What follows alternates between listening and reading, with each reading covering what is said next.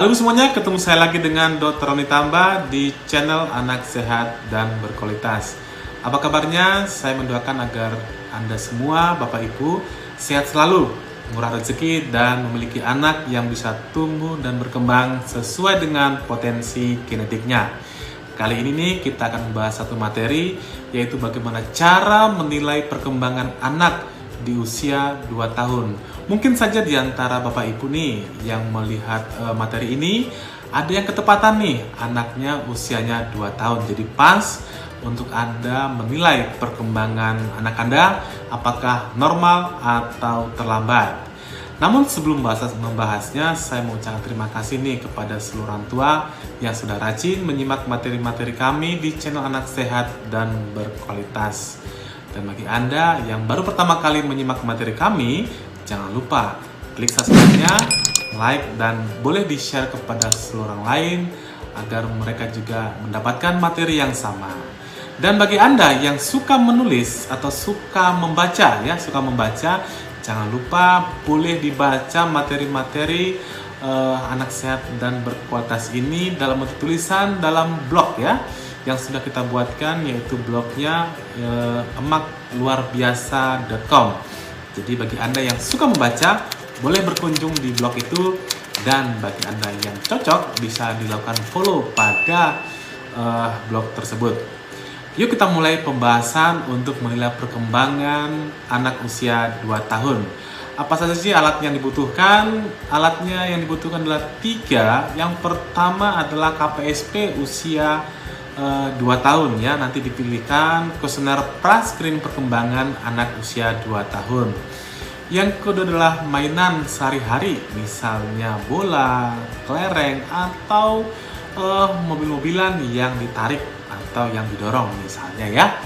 Yang ketiga adalah kubus yang biasanya ukurannya kecil ya, antara 2,5 sampai 5 cm. Nah, ini adalah KPSP anak usia 2 tahun. Nanti ada 10 pertanyaan, ada aspek perkembangan yang dinilai, ada kolom ya dan ada kolom tidak. Tempat kita untuk melakukan centang jika anak kita dapat atau tidak dapat melakukan pertanyaannya ya. Kita mulai dengan aspek yang pertama adalah aspek motorik kasar. Pertanyaan pertama yang kita harus jawab adalah, apakah anak dapat berjalan mundur 5 langkah ya? Mundur 5 langkah atau lebih. Jadi minimal 5 langkah nih ya, tanpa kehilangan keseimbangan. Nah, Anda mungkin dapat melihatnya ketika anak menarik mainannya. Jika ya, artinya jika anak Anda bisa mundur 5 langkah tanpa kehilangan keseimbangan, maka conteng atau centang di kolom jawaban ya. Jika tidak, maka conteng di kolom jawaban tidak ya. Pertanyaan kedua adalah, dapatkah anak berjalan naik tangga sendiri ya? Dapatkah anak berjalan naik tangga sendiri? Jika ya, artinya jika anak naik tangga dengan posisi tegak atau berpegangan pada dinding atau pada tangganya. Jika bisa melakukannya, maka conteng pada kolom jawaban ya. Sedangkan jika anak Anda naik tangga tapi dengan merangkak, atau memang Anda tidak membolehkan anak Anda itu naik tangga, atau anak harus berpegangan pada seseorang, maka dikategorikan anaknya tidak bisa melakukannya. Jadi conteng pada kolom jawaban tidak ya. Jadi dimengerti bahwa jika memang anaknya bisa walaupun dengan berpegangan tapi dia berdiri tegak, itu kategorinya bisa. Sedangkan jika anaknya hanya bisa merangkak naik, itu masih dikategorikan anaknya belum mampu atau belum lulus untuk melakukannya.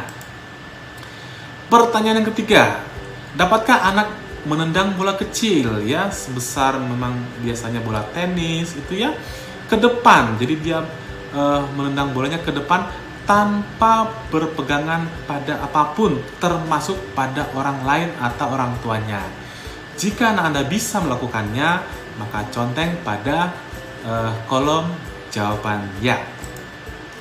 Pertanyaan yang keempat adalah, apakah anak dapat meletakkan satu kubus saja di atas kubus yang lain tanpa menjatuhkan kubus tersebut? Ya, jadi ingat, kubus yang digunakan adalah ukuran 2,5 sampai 5 cm.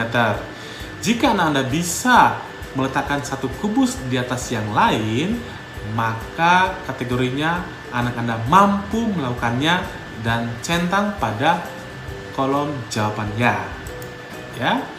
Pertanyaan yang kelima yaitu menyangkut gerakan halus, sosialisasi, dan kemandirian. Pertanyaannya adalah, dapatkah anak melepas pakaiannya seperti baju, rok, atau celananya? Ingat, topi dan kaos kaki itu tidak ikut dinilai. Jadi yang dinilai adalah baju, rok, atau celananya. Jika anak Anda pada usia 2 tahun dapat melakukannya, maka centang pada kolom jawaban ya. Itu pertanyaan kelima. Kita lanjut, pertanyaan yang keenam. Jika Anda atau Bapak Ibu sedang melakukan pekerjaan rumah tangga, misalnya mengepel, memasak, menyapu, apakah anak Anda dapat menirukan apa yang Anda lakukan? Walaupun sebenarnya tidak benar sekali caranya melakukan atau tidak sempurna, tapi anak itu sudah mencoba untuk meniru apa yang Anda lakukan. Jika mereka mampu melakukannya, maka centang pada kolom jawaban ya. Kita masuk pada pertanyaan yang ketujuh. Dapatkah anak makan nasi sendiri tanpa banyak yang tumpah? Artinya dia bisa menyuapi dirinya sendiri, misalnya dengan pakai tangannya sendiri atau pakai sendok.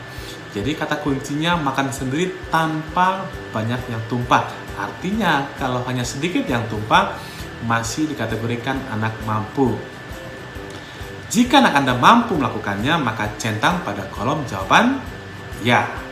Kita masuk pada pertanyaan ke-8, yaitu masuk pada aspek bicara dan bahasa. Pertanyaannya adalah, apakah anak dapat mengucapkan paling sedikit 3 kata yang mempunyai arti? 3 kata yang mempunyai arti selain kata papa dan mama. Misalnya mamam artinya makan gitu ya, atau icang artinya pisang, atau misalnya bum-bum artinya mungkin mobil-mobilan. Nah, artinya 3 kata lain selain papa mama yang memang mempunyai arti. Artinya itu adalah orang tua bisa mengerti apa yang diinginkan oleh si anak tersebut. Artinya tidak harus benar apa yang dia ucapkan, tapi antara si anak dan orang tua itu ada saling pengertian apakah yang diucapkan si anak tersebut. Jika anak Anda bisa melakukannya, maka centang pada kolom jawaban ya. Pertanyaan ke-9, ya, masih aspek bicara dan bahasa. Tanpa bimbingan atau petunjuk atau bantuan Anda, dapatkah anak menunjukkan dengan benar paling sedikit 1 bagian badannya? Misalnya nih, rambut, mata, hidung, mulut, atau bagian badan lainnya. Misalnya, Dede, rambutnya mana? Lalu dia akan menunjuk. Nah, itu artinya anak Anda bisa melakukannya. Jika anak Anda bisa, maka centang pada kolom jawaban ya. Pertanyaan terakhir, pertanyaan ke-10 adalah, dapatkah anak membantu memungut mainannya sendiri atau membantu mengangkat piring jika diminta? Nah, ini misalnya Anda suruh, Dek, masukkan mainannya ke keranjang ya. Nah, walaupun memang jika mainannya banyak sekali, dia tidak bisa memasukkan semuanya, tapi dia bisa masukkan beberapa mainan, itu sudah dapat dikategorikan anak mampu melakukannya. Jika anak Anda mampu melakukannya, maka centang pada kolom jawaban ya. Nah, ini sudah 10 pertanyaannya. Lalu Anda jumlahkan yang bisa dilakukan atau pada kolom jawabannya ada berapa, pada kolom jawaban tidak ada berapa. Nanti jika anak Anda pada kolom jawaban ya terdapat 9 sampai 10, artinya anak Anda memang perkembangannya sesuai dengan tahapan usianya. Jika kolom jawaban ya terdapat 7 sampai 8, kemungkinan anak Anda perkembangannya meragukan. Lalu nanti dilakukan ulangan untuk menilai perkembangannya pada kuesioner yang sama, tapi bulan depan, gitu ya. Jika anak Anda jumlah jawabannya kurang dari 7, artinya 6 ke bawah, artinya kemungkinan anak Anda mengalami penyimpangan perkembangan. Saatnya Anda konsultasi dengan dokter anak atau ke klinik tumbuh kembang untuk melihat apa sih yang terjadi pada anak Anda. Melihat di aspek mana anak Anda mengalami keterlambatan. Demikian Ibu semuanya, saya sudah paparkan bagaimana cara menilai perkembangan anak usia 2 tahun. Mudah-mudahan materi bermanfaat. Salam sehat. Dadah.